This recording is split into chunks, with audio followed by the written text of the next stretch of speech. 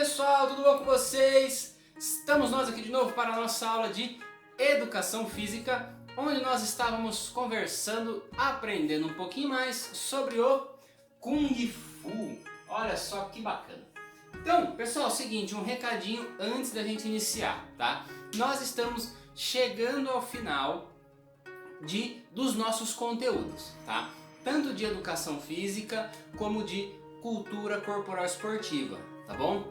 Nossa, professor, mas nós falamos pouco sobre as lutas. Realmente, nós falamos um pouquinho menos, mas, como vocês sabem, esse foi um ano um pouco diferente pra gente, né? Nós tivemos que fazer algumas adaptações, algum tempo, principalmente no início do ano, passou muito rápido pra gente, então algumas coisas nós tivemos que adaptar, alguns temas tiveram que ter um pouco menos a nossa concentração para que a gente pudesse passar por todas as nossas unidades, por todos os nossos conteúdos, né? Que são os jogos e brincadeiras, que são os esportes, que são as danças, que são as ginásticas e que são as lutas, onde nós estamos estudando o Kung Fu. Tá bom? E aí, a partir de dezembro, nós temos aí um planejamento muito bacana, uma ideia muito legal de iniciar o nosso torneio, nosso primeiro torneio virtual do SESI Boituva. E vai ser muito bacana. Mas aí, mais pra frente, novas informações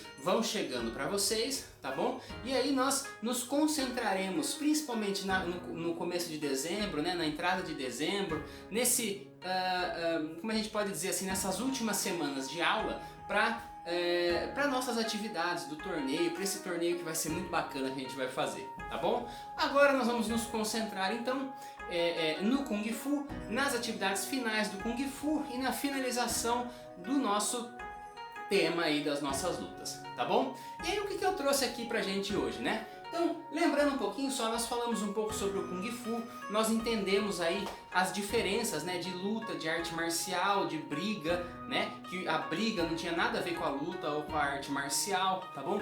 Entendemos um pouquinho sobre as diferenças do ocidental e do oriental em relação às lutas, né? Vimos aí quais seriam possibilidades de lutas orientais, não vimos todas, mas vimos lutas muito famosas, tá? E aí a partir disso nós escolhemos um tema que era a luta do Kung Fu e vínhamos aí falando sobre o Kung Fu, entendemos a sua história, um pouquinho da sua história, né? Vimos que era um pouco incerta porque é uma luta muito antiga, tá? Vimos e vivenciamos também movimentos, estilos, entendemos um pouquinho mais sobre a filosofia do Kung Fu, tá bom?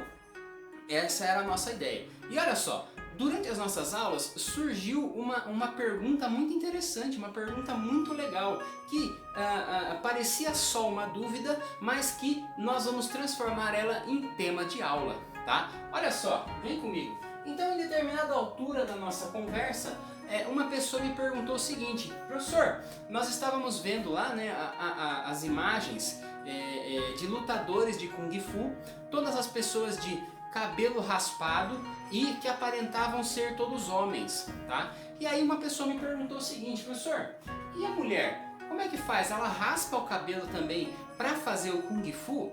Olha só que pergunta legal, que pergunta interessante. E aí a gente pode explorar muito isso e conseguir conversar ainda mais sobre isso, tá? Então, vamos pensar. Se nós tínhamos aquela imagem de praticantes de Kung Fu que aparentavam ser todos homens de cabelo raspado, será que a gente pode imaginar que as mulheres, quando praticam o Kung Fu, também precisam raspar o cabelo?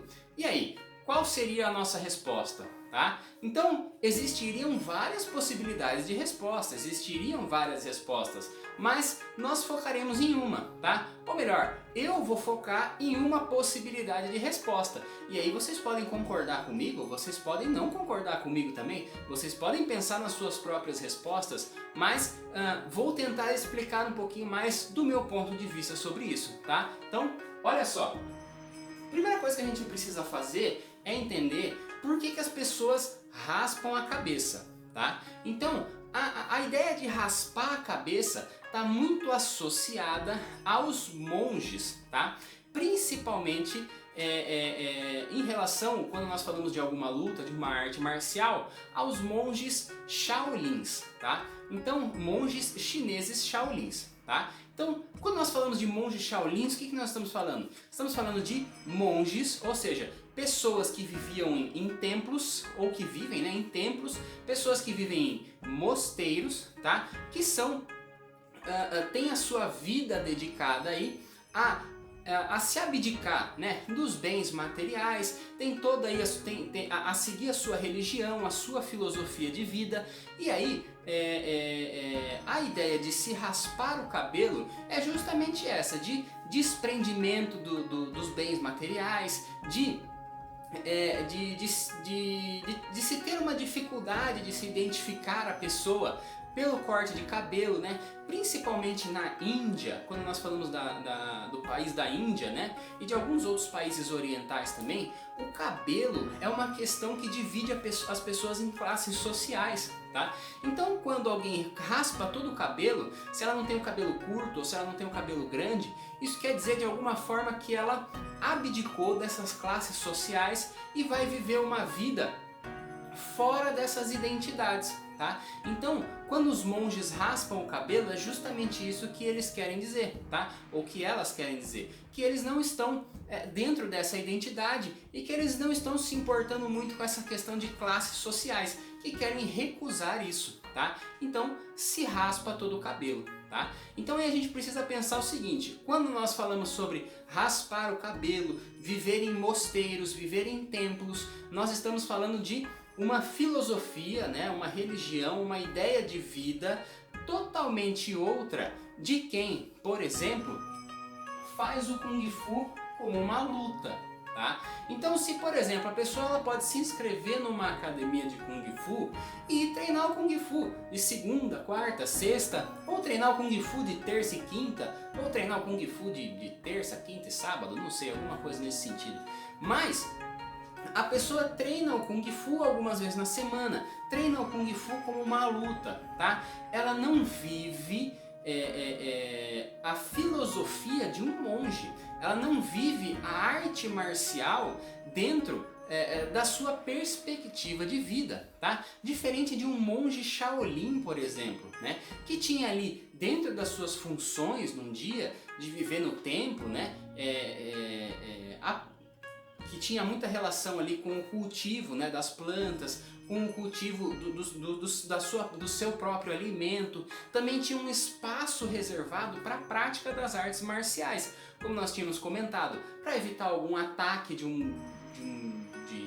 pessoas que são fora daquele templo, né? Para evitar ataque de animais, as pessoas precisavam se defender. Então a arte marcial era muito presente, né? A filosofia da arte marcial tinha que estar envolvida junto com aquelas pessoas, tá?